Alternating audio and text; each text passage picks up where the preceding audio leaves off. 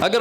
غریب آدمی جس پر قربانی واجب نہیں ہے اس نے قربانی کے لیے جانور خرید لیا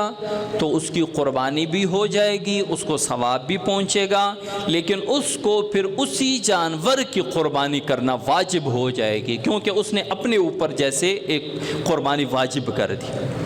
مثال کے طور پہ ایک امیر جس پر قربانی واجب ہے اس نے جانور خریدا، پھر اس کا دل کیا کہ میں وہ جانور تبدیل کر لوں، تو وہ کر سکتا ہے، لیکن اس میں یہ شرط ہے کہ وہ دوسرا جانور پہلے جانور کے ریٹ میں، معیار میں برابر ہو یا اس سے اچھا ہو، یا دوسرا جانور اس سے کم پیسوں میں نہ ہو۔ لیکن اگر کسی غریب آدمی نے جس پر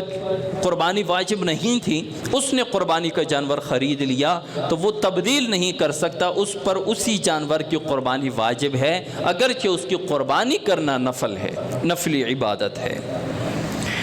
اچھا، کن جانوروں کی قربانی جائز ہے؟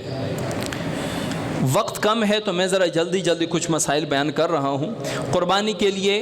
اونٹ، گائے، بھینس، بھینسا، کٹا، بکرا، بکری، چھترا، چھتری، دمبا، ان سب کی قربانی جائز ہے۔ اونٹ 5 سال کا ہونا ضروری ہے، گائے، بیل، بھینس، بھینسا، کٹا 2 سال کا پورا ہونا ضروری ہے، بکرا، بکری، چھترا یہ